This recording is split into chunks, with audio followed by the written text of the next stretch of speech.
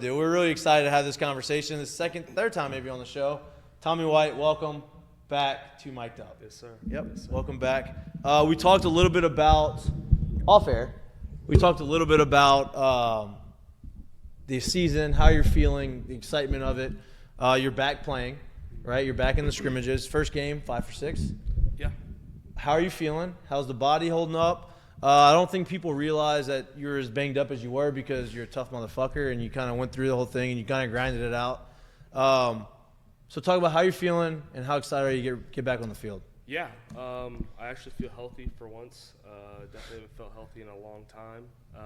But yeah, no, I'm excited to get this year full health, no problems or anything. But yeah, no, I'm excited to get going. That's for sure. You had a shoulder injury, right? Kept popping in and out. I guess they would call it like a subluxation, Yeah. right? How many times do you think that happened throughout the course of the year?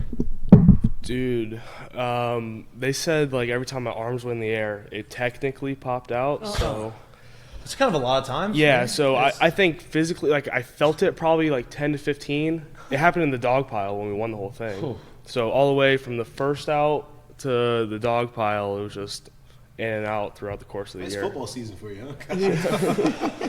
So was it surgery to fix it or is it? Yeah, I got minor labrum repair. And you feel good throwing the Great. ball across the diamond? Yep. All the things. That's exciting. Yeah. Right? Think about what you can do when you're healthy. Yeah. You feel good. You don't feel like you're, damn, I can't swing and miss because my shoulder may come out of socket. I'm excited. Before we really get into this season, I want to kind of revert back a little bit to last year. You came to LSU for a couple of reasons. One, because you wanted to, I would imagine, play in the SEC. You wanted to play against the top competition. And two, you wanted to have a chance to go and win the World Series. You got to do both. You excelled at both. You had one of the biggest moments in LSU history with the walk-off home run in Omaha Probably in the Game 1. second biggest moment. Second biggest after the, It's only way it would have been biggest if it was Game 3. It's almost impossible Yeah. to top what Warren did. So Right. I mean, it's But you hit the perfect walk-off home run. Like, how special – obviously the year was special, but for you personally, like, how awesome was it to be able to go through that, to get in that moment, and not only to come through, but come through in the way that you did? Yeah. So yeah, funny story about that. I mean, I was so nervous on deck.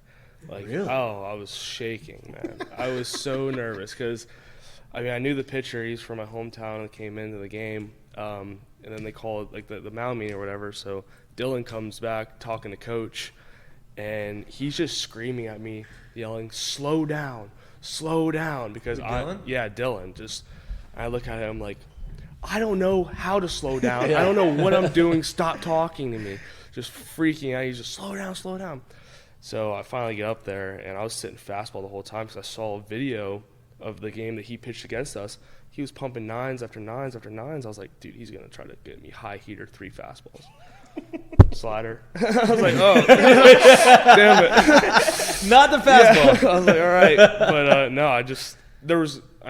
I was swinging at that pitch no matter what. Right. Like, that was one of those situations where I had no control over my body. I was just, muscle memory took over completely, swung out of my mind and just got it. But yeah, the coolest thing about that was the guys. I watched the play. Yeah. And I don't even watch me like start running and looking at it. I just see all the guys in the dugout just running and looking and just everybody. The coolest video I got was like the parent section too. Yeah.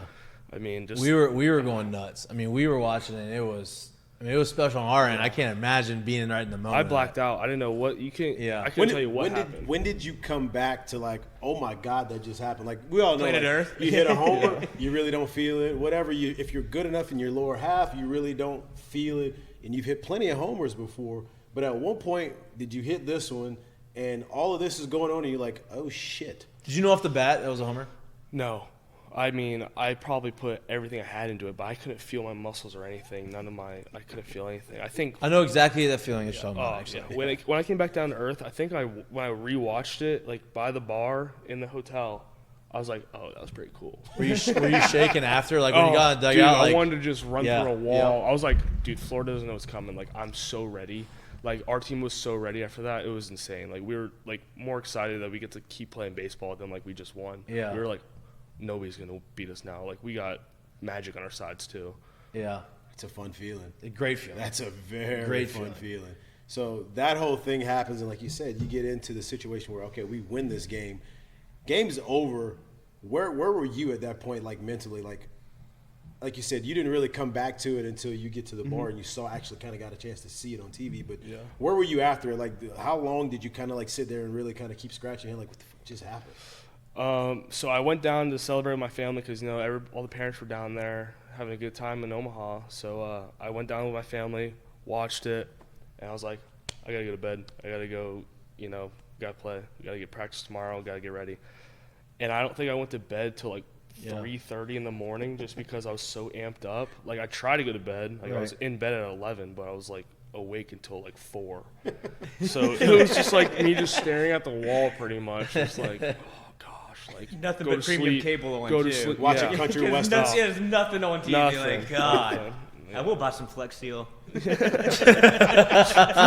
That's where I was at. Yeah, I was just like on the phone. You transfer in, right? Obviously, you're going through you're getting in year 2. So now you're experienced here. You're kind of comfortable being here. I got to speak with you and your dad, and y'all talked about how much y'all love it here. And now you kind of feel like you're at home, right? Like last year, you're kind of getting your feet wet, trying to figure out how everything worked. You go through the year, and now you come back, and you're the guy, right? You come back as the veteran. You're year 2 here. You are trying to repeat as national champions, which is a whole different mentality than last year. How's that transition into this year, right? Does your mindset change in how you approach leadership and the team and going about this season, or do you kind of keep it the same? I mean, I try to do my best to like let Hayden and Alex be the guys that are in the enforcers, like Hayden Dugas were. And I think like I just looked at Dylan all last year and what he did. He just led by example. Like, he was one of those guys that just did the right thing 24/7. And that's just my goal to set, the example and the standard. But, I mean, this year we got the same mindset as last year. We're attacking. No defending or anything. It's like it's a whole new year. It's time to attack again. I think that's every year as an LSU baseball player. It's just attack the opportunity because every year it's different, new team, new guys. So, I mean, we'll only have this year with this team, so we got to attack. There's no defending anything. You speak about the transition from year 1 to year 2 at LSU, but year 1 was highly successful, but very, very, very compromised, if you will, physical health-wise. Mm-hmm. What did you learn about maybe your swing, maybe yourself, maybe your ability to kind of like be able to get on the field and do what you did every day, and how are you transitioning that stuff to a healthy you this year? Yeah, the thing I learned about myself is it takes a lot to knock me down. Like, I could play through a lot, like some stuff I didn't think I could play through. So that's fun to know that, like, in my worst, I can still, grind my teeth and just. And that's gonna come into play a lot in your career, right? Because I mean, you know how it is. You're never gonna be healthy 100% always. Never. And it's you always have to play through something. I think that's also like the mental strength and stuff that goes on at LSU is like we have that grit level of like. I mean, when my shoulder first popped out, I got offered to go get an MRI. I said, I know it's messed up. I don't want to know that it's messed up. So I don't want to know how much. Yeah. I was just like, I know I'm going to be a part of this team. And I know what I got to do to get back on the field. So, just pop it back in. We'll go to work. Love that. That's just, got to grind for success. Because almost the more you know about it, the more you'll think about it. Yeah, like, I didn't want it to be in the back of my head. Wrong, yeah. I didn't want an excuse. Right. Yeah. I didn't want it to be like, oh, yeah, it's because my labrum's messed up. Right. No, I like, and shoulder's a little sore. Yeah, figured out. Exactly. I didn't want to have that excuse of like, oh yeah, like I'm not having the year I want to because my shoulder's messed up. Nah. Yeah, and I think there's a special level of it's almost kind of insanity to like play a sport. Like, people really don't understand. It's really, really hard to understand. Like, you got to get out there above whatever you may think is actually going on. Because guess what? Every day you kind of got something going on. And for you to kind of like put that stuff to the side, knowing you had stuff going on and saying, hey, I'm just going to get out here until I can't. Like, physically can't. And then look what you were able to do in that mindset. Yeah, exactly. I think it gave me a second win, too. Like, it's like, all right, now I just got to do extra stuff to be able to perform how I want. Did it ever get to a point where, at any point in the season, where like I need a couple of days off, or you just kind of didn't even want that to happen? Because I know you did take some SEC tournament stuff off. It's some games, I get an off day and stuff. But yeah, like a couple midweek games. Oh, why isn't Tommy playing? This kid's a softie. Come on now, cut me some slack. Just know that there's something extra going on at the time. You can say it now. People don't. It's easy to say that when you don't know. Yeah, like come on, like just cut me give me some a little. slack. Give me the benefit of the doubt, man. Listen, I've grinded through this thing. I'll be Moving there. fast forward to this year, right? Like obviously we're talking about what led up to this year. You're going into this season. It's going to be a different team. You mentioned that every year is a different team. Doesn't matter how many guys you have returning. It's always going to feel a little different because it's a new year. This year's no different. Pitching staff's very deep, right? You have a lot of guys that are coming back. You also have a lot of guys that have transferred in. You also have a lot of highly touted recruits that came in, right?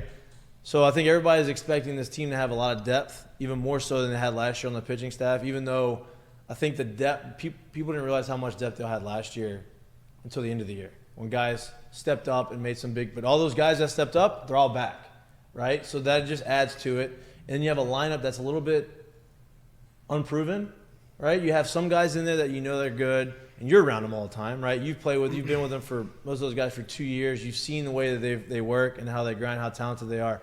What can fans and what can we expect from this lineup, even though it may not kind of be it may be a question mark right now, but what can we expect from it this year? Yeah, I think a lot of grinders. I mean, it's going to be a different style of baseball. I mean, due to like just, you know, the firepower and stuff. But we got the same amount of firepower that I think that we had last year. Just, you know, you just knew their names. That's the only difference. But we got a lot of guys that are going to surprise y'all. I mean, you're going to sit back and, who's that? And it's pretty good. I think it's going to be a household name in the next 2 weeks. So I'm really excited to see some of the guys step up that haven't had the full opportunity of a full season yet. And they're going to just show you all that they deserved it and that they've earned it, and it's going to carry forward. Watching a guy like Travinsky, who was obviously an ultimate team guy, even more so than I think anybody ever really knew, kind of get an opportunity late in the year, take off with that opportunity late in the year, and then come back into this season healthy. How excited are you to watch him and play alongside of him, obviously, healthy from start to finish this year? I mean, he is such a great leader, such a great example of LSU baseball.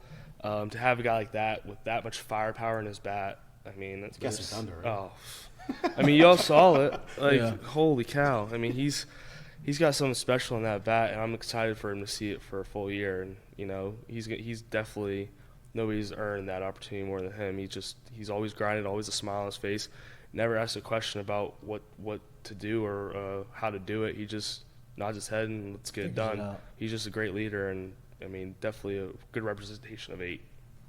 You have a completely different middle infield, right? You bring a guy in from South Carolina, transfers in. I don't think people were super pumped because they didn't really know much about him. Like, oh, this guy only hit 2 whatever last year. But Jay has been very high on him about his of how good he is defensively and how much progress he's made offensively.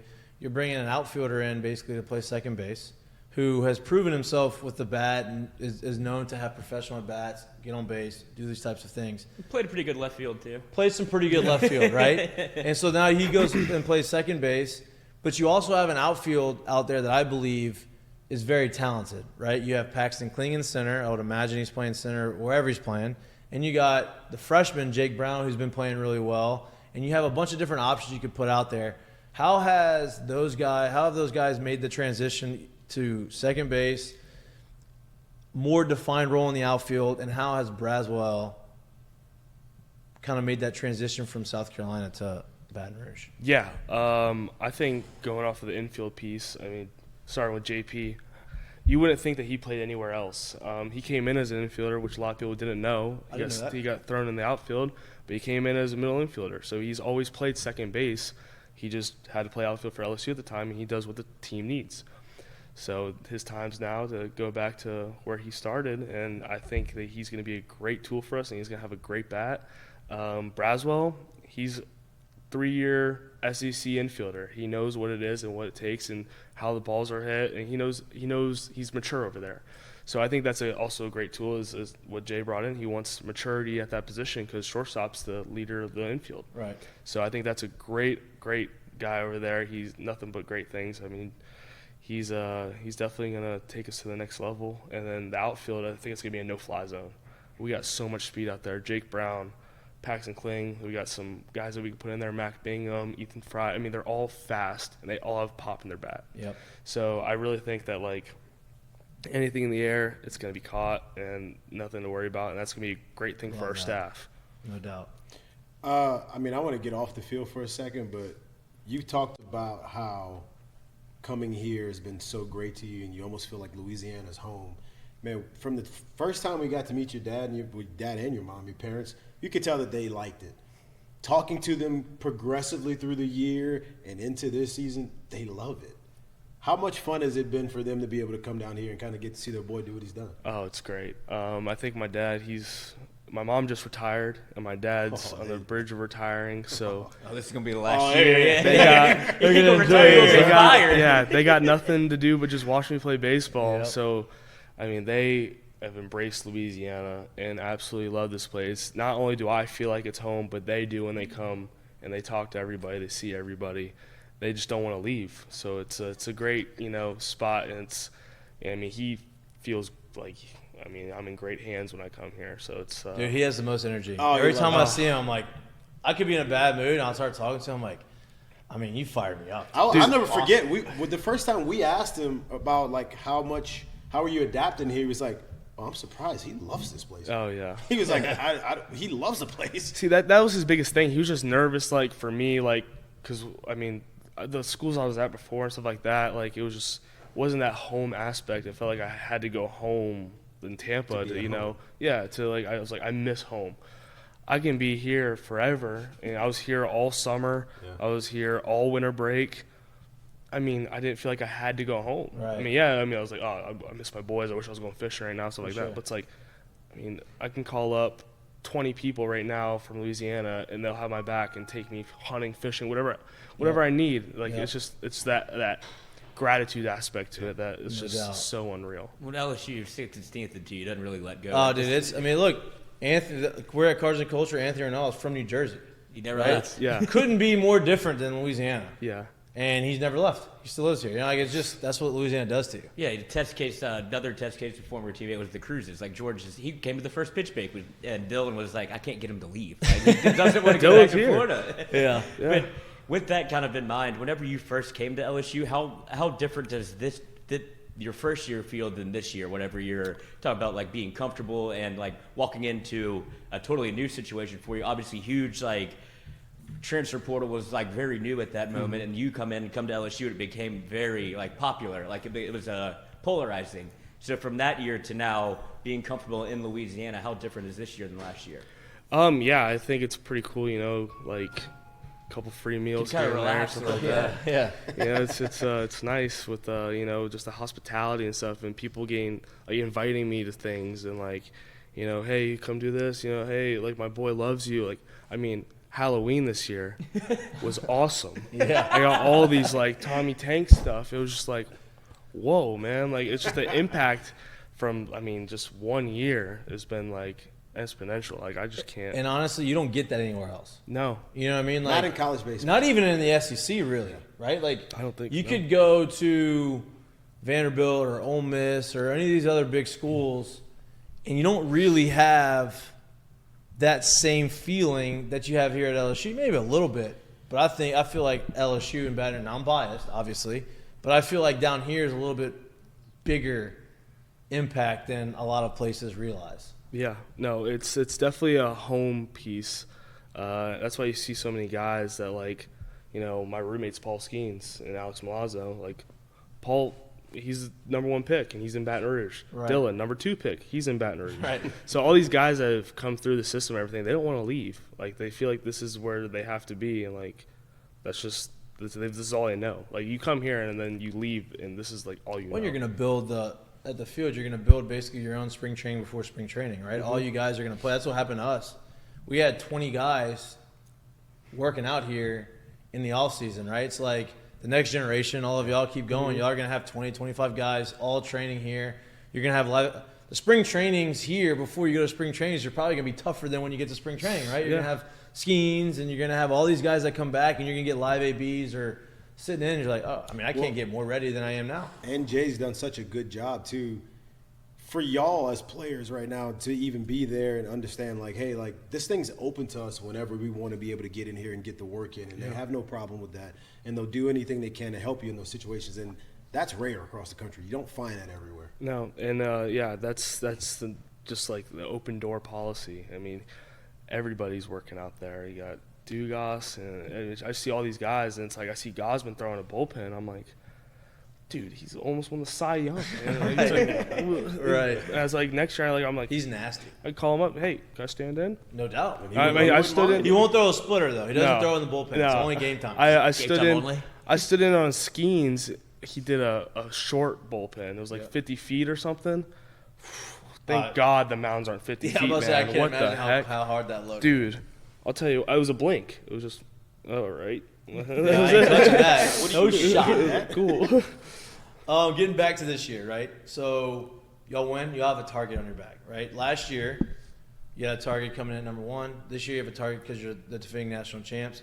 Feels like every time somebody plays LSU, I feel like it always felt like this, but I feel like last year was even more so.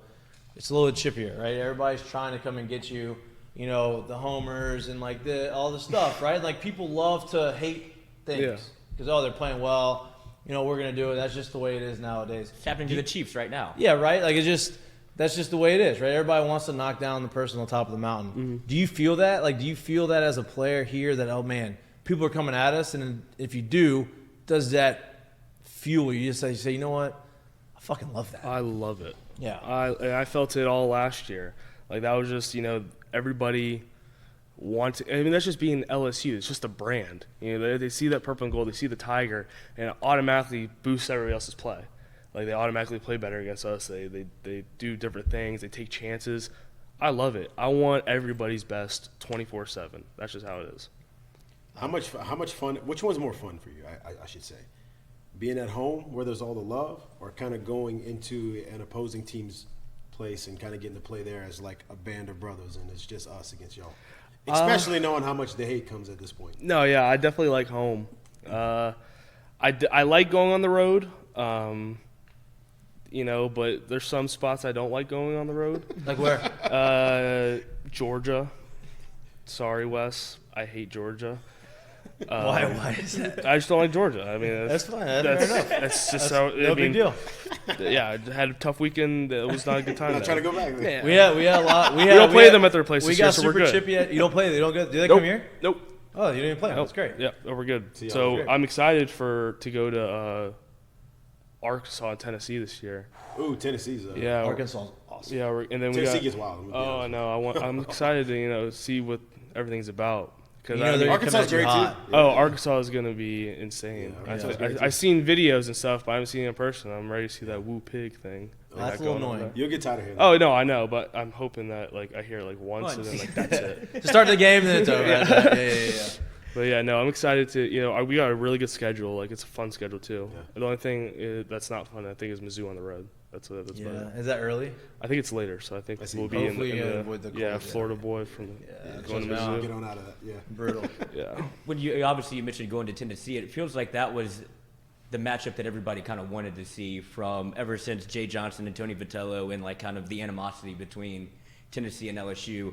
Obviously, you get matched up with them in Omaha and take 2 of them, kick them out the tournament, and give y'all season advances. And it feels like maybe that kind of quelled a little bit of them kind of punching back whenever, whether it be the fan base or Vitello and their team, and how it was very chippy. And then you take 2 of them and kick them out the tournament. It's like, okay, how long do we have to do this until you realize LSU is still the king of the mountain when it comes to SEC and now the country? Yeah, I mean, they're always gonna come at us. That's Tennessee being Tennessee. I hope they keep doing it, because I mean, that's one of the best rivalries in sports, and I'm glad that we got the opportunity to play them as many times as we did last year.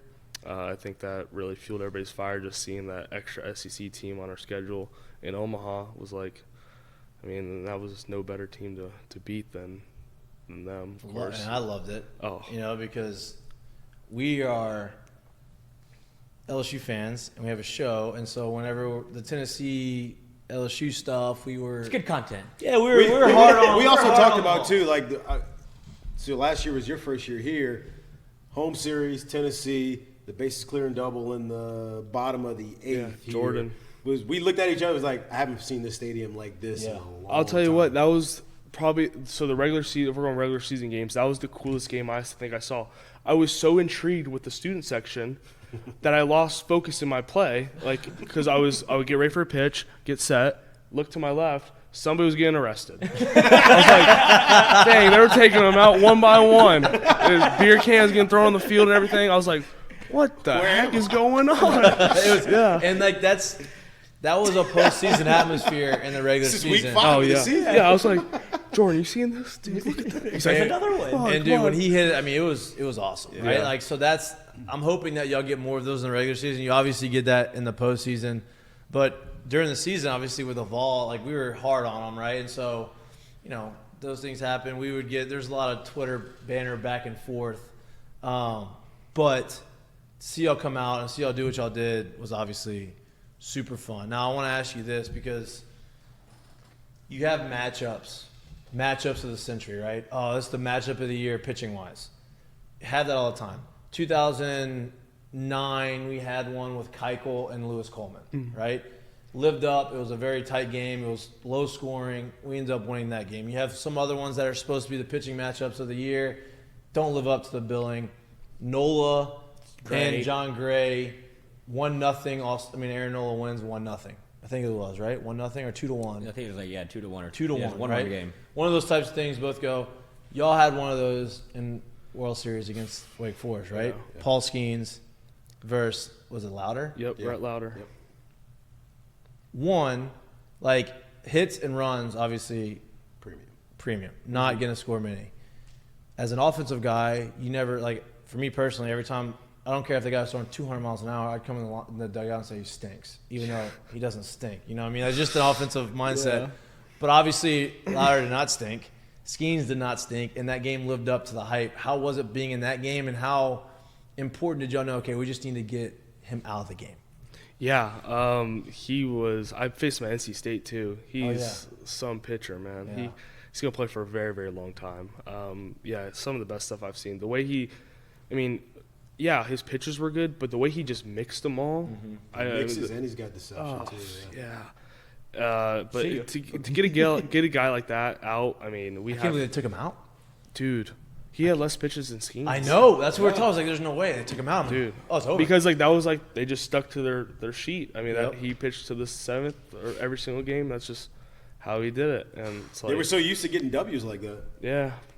Sorry. Crazy. Sorry about it. How was Omaha? Like, was it what you expected it to be when you got there? No. I walked. We did the practice thing. Oh, yeah. How many people were in the stands when you had that? Yeah, dude. So many. It was awesome. I just saw purple and gold everywhere. That's pretty cool. But I get there and I feel the grass. I'm like, dude, this isn't even good playing surface. I'm just like, what the heck's going on, dude? I'll tell you what. As soon as I stepped foot in the first game, whatever, I was like, holy crap! It exceeded everything by far, and it actually made the ground balls slow down a little bit because the infield was so thick. So it's kind of nice. Got a little more time over there. A little easier. I mean, for a guy like Wyatt Langford, that was nice. No doubt. But they were Rhett and facing all of them and everything. It was definitely something that I think it was the best pitched game of all time. It was everything you expected it to be. We got to watch it, and I'm like, man, this is high. Like, these are two big leaguers now. It's right? hard to build up like those games, especially in like a short amount of time, and it lived up to every bit of it. Yeah, it wasn't just talent. That's my thing. It wasn't just because these guys are super talented. It was like, man, these guys know how to pitch, and they're super talented. So it was a big league matchup, and it was impressive to watch. Obviously, being a part of it had to be awesome, and then coming out on top had to make that even better. Yeah. How tight were you when you scored around the bunt? So the How many play. times have you bunt? I bunted one time in my life in high school. How'd it go? Was it? I got it down. Yeah, it was There we my go. freshman year of high school. God does it all. I lost my starting spot at third. I was playing varsity, and I got a game back. Like they were like, "Hey, play the game," and I got the bunt sign. I was like, "All right, I have to get this down, or else I'm gonna lose it again." Got it down, went 0 for still, but got another game because I got the bunt down. home run, There we go. double. He's back. And I was like, I got my starting spot back. I got some confidence. It was good. Yeah. I wasn't a big bunter growing up. Mikey he used to love the bunt. My freshman year, Maneri pinched bunt for me. I was playing as a freshman at LSU, and we were playing Auburn. And it was a tie game going into like the bottom of the 8th inning. And he asked me, he's like, "Hey, can you get this bunt down?" I'm like, "Yeah, I got it." And so then he walks away. Next thing I know, I get a tap on the shoulder, and it's my buddy Chris Mikkie. He goes, "Hey, I'm hitting for you." I don't think he believes you. I was like, "What?" He goes, "Yeah, I'm hitting for you. Coach wants me to go bunt." Right. And Mikie got the bunt down, and DJ LeMahieu got the base hit. And we won the game. I was like, Maneri looked at me and goes, "Never made me fucking do that to you." You did it to I said it was good. I don't know what you want me to tell you. I told you I could do it. But yeah, bunting's scary, man. It's hard for people. Dude, it's so scary. People think. Like when we do the bunting drills, like it's usually an arm, but then we go in the cage doing real bunting, like it's like with the. So I get all the bunts down normally. I'm like, yeah, I can do this, and then we get the spin, pop up. I'm like, ooh. Yeah, it's tough.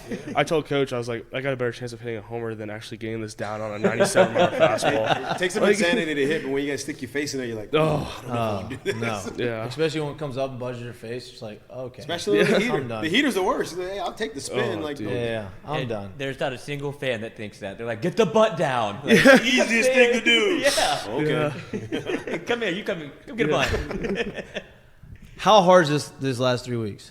Right? Because, no, for you it may be a little different because you're like, all right, I have some time to kind of get my feet back underneath me, kind of get in the swing of things. But, for me, for anyone, let's say if you weren't coming off injury, right, these last 3 weeks when you get back to school is the worst because you're like, all right, I kind of feel like I've gotten back into the swing of it over this last week, 10 days. I'm ready to start the season. Now you just have to wait, and you have to wait, and you have to wait. You kind of, for the most part, you know who's got the roles and what roles they have, but it's a waiting game now, and you're like, just get going. How hard is this last little two? It's the longest 3 weeks, whatever. Like, as soon as you come back from Christmas break, it is the longest break until you come back. That's for sure. Yeah, it's a dreadful long wait, and you just gotta be patient. Yep. But for me, I need them. I need the 3 weeks. I need No to doubt. get a little extra time to get back in the swing of things. But I can tell, like for a guy like Hayden Dravinsky that just goes yard a couple times in scrimmage, he's juiced up, ready to go. So he's I hitting know. homer still? Oh yeah, He's dude. locked. I know. Yeah, I he's know locked. he wants he's chomping at the bit to get that first game. Also, and this is no slight to you, he's my favorite pimp job in all of baseball. Yeah, well, they had to make the new rules, so I had to stop it. Yeah. So I couldn't pimp anymore. So like the one that I hit against in the Super Regional, I mean, I would have definitely thrown the hell out of my bat. But I had to, in Omaha, I was like, I can't get suspended or anything. Right. I gotta, And set it down nice. Hayden has the one hand drop. His finish. carry into his swing, I don't know how he can do that. I don't know either. Like, I swing, recognize, and I'm like, okay, that's a home run. Yeah. He's like, It's I off the felt bat. it. It's literally off the bat. And it's like he does it too sometimes in the cages too. I'm like, how do you know? It's impressive. It's like today's It's Jack smooth. Carter. It's like, so- man, that's pretty good. It's so smooth. It's so good. It was when he did it at Ole Miss. Oh my gosh, Oh yeah. Oh yeah. Oh, That's when I gosh. fell in love with. I was like, dude, that. I was like, because he's a monster. yeah. And It's then like, who you gonna tell him something? Or yeah, no? he goes like this to me and Jordan before he gets up in the regional. He goes, I'm gonna hit the Manny. We're like, what? He's like, I'm gonna hit the Manny. Hits it. I'm like, oh my god, he just hit the Manny. Hey, we just need to so come on hard here to and do. tell I was like, Trubisky what the stories heck? over and over and over. Oh, again, yeah. 'cause I was he's a like, living. Yeah, legend. he just came up to me. He's like, I'm gonna hit the Manny I'm this gonna at hit the bat. Manny. Watch, I'm gonna hit the Manny. I'm like, do it, dude. Boom, Manny. I'm like, that's so hard. This that's so guy. hard to do.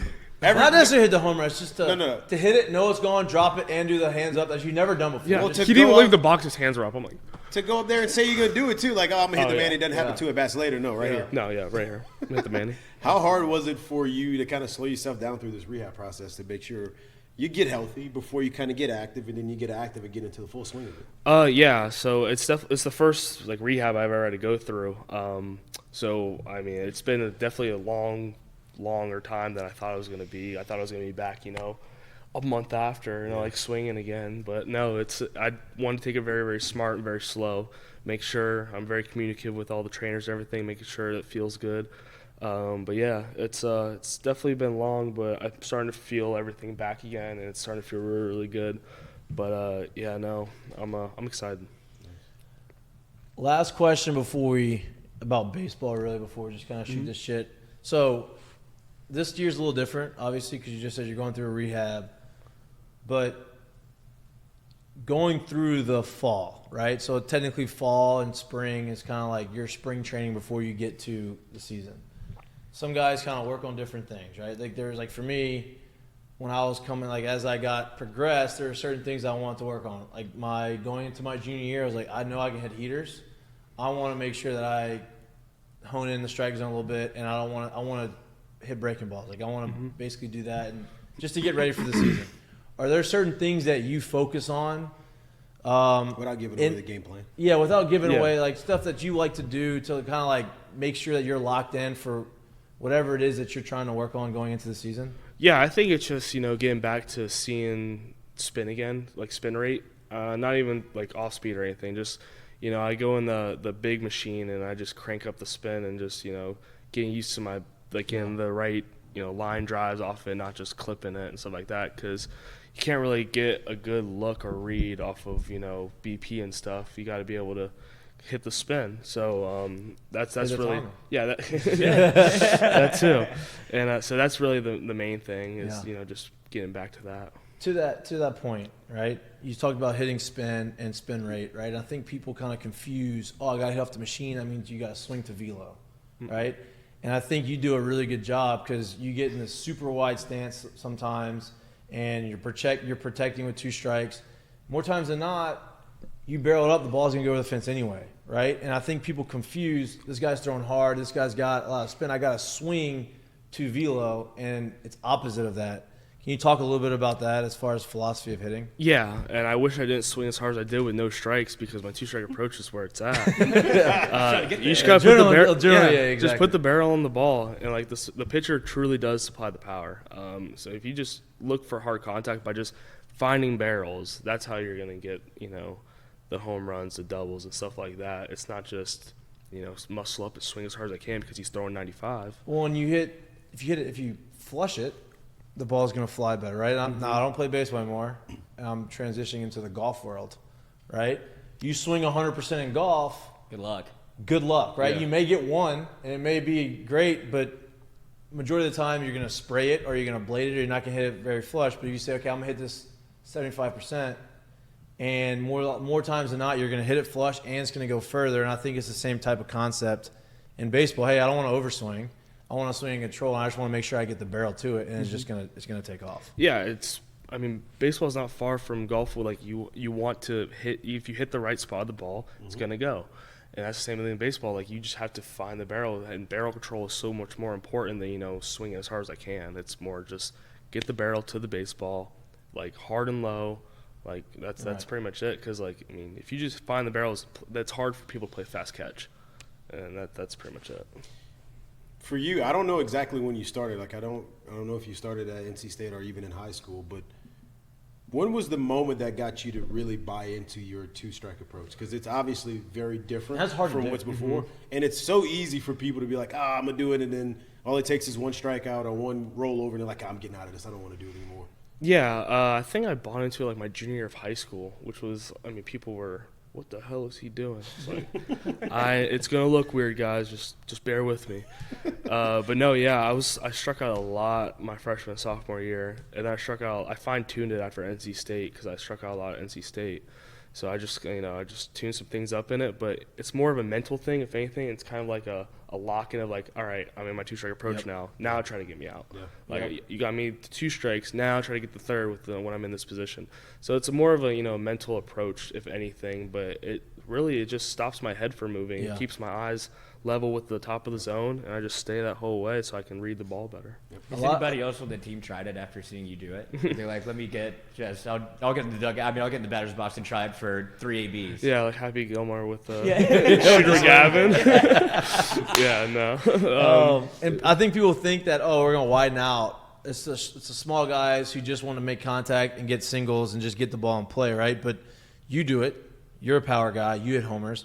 I played with another guy who did it, and Miguel Cabrera, and he was pretty good, right? So Mikie, when he felt like he was kind of chasing pitches or moving his head, he'd start widening out, no stride, and he'd do the whole like pick up his leg a little bit or pick up his heel a little bit, and then he would drive balls to right center field for homers at 200 miles an hour off the bat. And so I think it's a misconception for people to think, oh, I'm going to widen out, I'm going to lose power. No.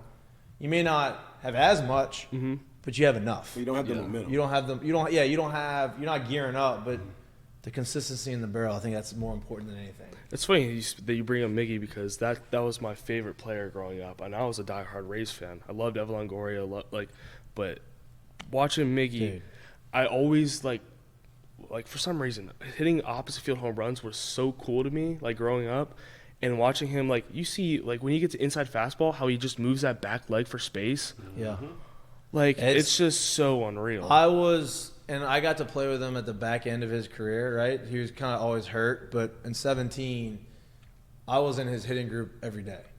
And so, and like Mikie, we got a pretty good relationship, and like I got to watch him. And he would do things, because in BP he could still put on a show. Like, it didn't matter where it was going, who was throwing. You could tell him to do it, and he'd do it. Yeah, but his show's to center and everywhere else. Right. He wasn't yanking anything, right? And so there was a moment or a time where he was struggling, and he felt like he kept coming off everything. And so he said, Poppy, I need you to, I'm going to exaggerate vision. I want you to tell me where all these balls go. And so he gets in his stance, and he finishes, and he keeps his head down, doesn't look at the ball. 5 swings, 5 balls. Detroit's one of the biggest fields in all of baseball. He hits 5 home runs over the right center field wall. If it's 12 feet, he hit the balls 14 feet, and all 5 balls went into 3 seats.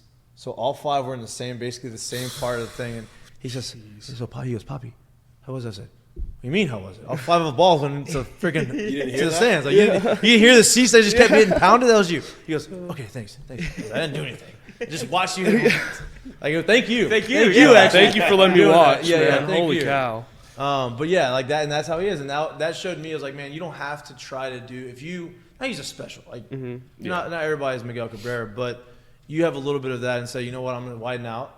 I'm going to make sure that I am driving the ball off the barrel, and wherever it goes, it goes. And that's one thing you control. Yeah, and another thing about that with BP and everything, kids just want to see how far they can hit the ball and everything, and that does not translate into the game. Because if I hit the other day, I hit probably 10 home runs to right field because the wind was blowing out and everything. How great is the jet stream? Oh, yeah. As a righty, the jet stream is the best. He knows. Yeah, I'm like, see that flag? I'm like, all right, I'm letting everything get deep. People get mad as a righty because it's flying this way. I'm like, oh, no, that's way better. If you can hit the ball in right center field in the air, it's gone. It's a different wind from that way. Yeah. But, I was like, all my baseballs were like going out and like good around. I'm like, no, I was clipping everything, and it was wind blown, and all these fans were like, oh, wow, home run. It's like, yeah, but that's just not what I was looking for. And I was like, that's a bad round. It was like the worst BP I've had, and it was just all pop-ups to right.